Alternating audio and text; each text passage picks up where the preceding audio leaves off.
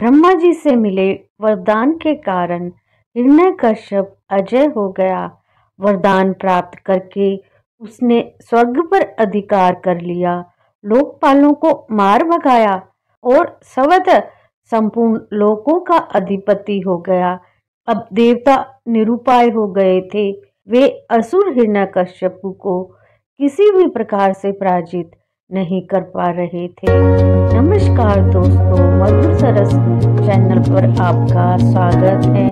आज के वीडियो में बात करेंगे भगवान विष्णु के नरसिंह अवतार की। कश्यप नामक ऋषि और उनकी पत्नी दिति को 2 पुत्र हुए, जिनमें से एक का नाम हिरण्याक्ष तथा दूसरे का नाम हिरण्यकश्यप था। हिरण्याक्ष को भगवान विष्णु ने पृथ्वी की रक्षा हेतु वराह रूप धार कर मार दिया था। अपने भाई की मृत्यु से दुखी और क्रोधित हिरण्यकश्यप ने भाई की मृत्यु का प्रतिशोध लेने के लिए अजय होने का संकल्प किया। सहस्रों वर्षों तक उसने कठोर तप किया। उसकी तपस्या से प्रसन्न होकर ब्रह्मा जी ने उसे अजय होने का वरदान दिया। वरदान प्राप्त होते ही उसने स्वर्ग पर अधिकार कर लिया, लोकपालों को मार भगाया और स्वतः संपूर्ण लोकों का अधिपति हो गया। देवता निरुपाय हो गए थे। वे असुर हिरण्यकश्यप को किसी प्रकार से पराजित नहीं कर सकते थे। जी की हिरण्यकश्यप कठोर तपस्या करता है। उसकी तपस्या से प्रसन्न होकर ब्रह्मा जी वरदान देते हैं कि उसे ना कोई घर में मार सके, ना बाहर, ना अस्त्र से और ना शस्त्र से, ना दिन में मरे, ना रात में, ना मनुष्य से मरे, ना पशु से, ना आकाश में और ना पृथ्वी में। इस वरदान से हिरण्यकश्यप ने प्रभु भक्तों पर अत्याचार करना शुरू कर दिया। लेकिन भक्त प्रहलाद के जन्म के बाद हिरण्यकश्यप उसकी भक्ति से भयभीत हो जाता है। दैत्य हिरण्यकश्यप का बेटा प्रहलाद विष्णु भक्त था, इसलिए प्रहलाद पर अत्याचार होते थे। कई बार मारने की कोशिश भी की गई। भगवान विष्णु अपने भक्त को बचाने के लिए खंबे से नरसिंह रूप में प्रकट हुए। उनका आधा शरीर सिंह का और आधा इंसान का था। इसके बाद भगवान नरसिंह ने हिरण्यकश्यप को मार डाला, लेकिन प्रहलाद का बाल भी बांका नहीं हुआ। एक दिन जब भक्त प्रहलाद ने हिरण्यकश्यप से कहा कि भगवान तो सर्वत्र व्यापक है, तो हिरण्यकश्यप ने प्रहलाद को चुनौती देते हुए कहा कि अगर तुम्हारे भगवान सर्वत्र हैं तो इस स्तंभ में क्यों नहीं दिखते। यह कहते हुए उसने अपने राजमहल के उस स्तंभ पर प्रहार कर दिया और तभी स्तंभ में से भगवान विष्णु नरसिंह अवतार के रूप में प्रकट हुए। उन्होंने हिरण्यकश्यप को उठा लिया और उसे महल की दहलीज पर ले आए। भगवान नरसिंह ने अपनी जंघा पर लिटाकर उसके सीने को अपने नाखूनों से फाड़ दिया और अपने भक्त प्रहलाद की रक्षा की। भगवान नरसिंह ने जिस स्थान पर हिरण्यकश्यप का वध किया वह ना तो घर के भीतर था, ना बाहर। उस समय गोधूली बेला थी, यानी कि ना दिन था और ना रात। भगवान नरसिंह ना तो पूरी तरह से मानव थे और ना ही पशु। हिरण्यकश्यप का वध करते समय भगवान नरसिंह ने उसे अपनी जंघा पर लिटाया था, इसलिए वह ना तो धरती पर था और ना आकाश में था। उन्होंने अपने नाखून से उसका वध किया। इस प्रकार उन्होंने ना तो अस्त्र का प्रयोग किया और ना ही शस्त्र का प्रयोग किया। भगवान नरसिंह में वे सभी लक्षण थे जो हिरण्यकश्यप के मृत्यु के वरदान को संतुष्ट करते थे। भगवान नरसिंह द्वारा हिरण्यकश्यप का नाश हुआ, किंतु एक और बड़ी समस्या खड़ी हो गई। भगवान नरसिंह इतने क्रोध में थे कि लगता था कि जैसे वे प्रत्येक प्राणी का संहार कर देंगे।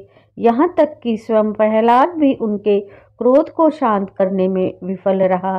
सभी देवता भयभीत हो भगवान ब्रह्मा की शरण में गए।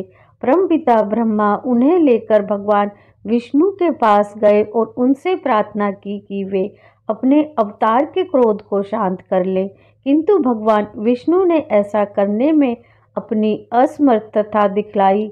भगवान विष्णु ने सबको भगवान शंकर के पास चलने की सलाह दी। उन्होंने कहा कि चूंकि भगवान शंकर उनके आराध्य हैं, इसलिए वही केवल नरसिंह के क्रोध को शांत कर सकते हैं। और कोई उपाय न देखकर सभी भगवान शंकर के पास पहुँचे।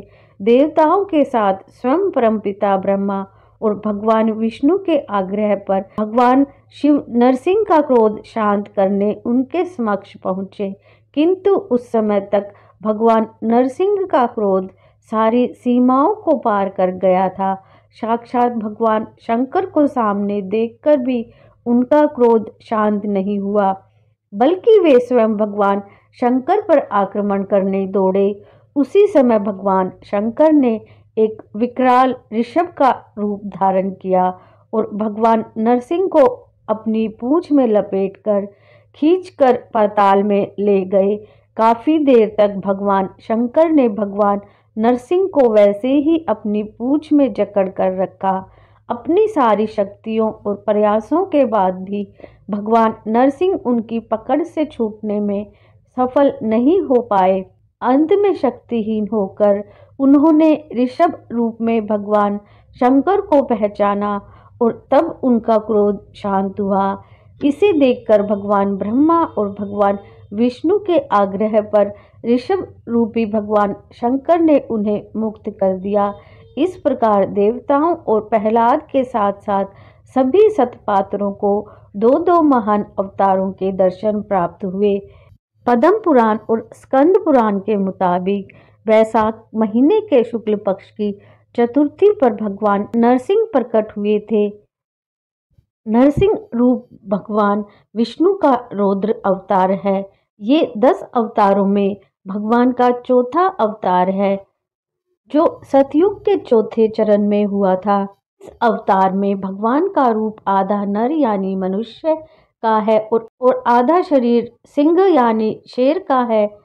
राक्षस हिरण्यकश्यप ने ब्रह्मा जी की तपस्या करके चतुराई से वरदान मांगा था, जिसके अनुसार उसे कोई दिन में या रात में मनुष्य, पक्षी, पशु कोई भी ना मार सके। पानी, हवा या धरती पर या किसी भी अस्त्र शस्त्र से उसकी मृत्यु ना हो। इन सब बातों को ध्यान में रख भगवान ने आधे नर और आधे मनुष्य का रूप लिया। दिन और रात के बीच यानी संध्या के समय हवा और धरती के बीच यानी अपनी गोद में लेटाकर बिना शस्त्र के उपयोग से अपने ही नाखूनों से हिरण्यकश्यप को मारा। भगवान विष्णु का ये अवतार बताता है कि जब पाप बढ़ता है तो उसको खत्म करने के लिए शक्ति के साथ साथ ज्ञान भी जरूरी होता है। ज्ञान और शक्ति पाने के लिए भगवान नरसिंह की पूजा की जाती है। इस बात का ध्यान रखते हुए ही उन्हें पवित्रता और ठंडक देने के लिए चंदन चढ़ाते हैं। वीडियो को लाइक शेयर करें, चैनल को सब्सक्राइब करें। Thank you for watching.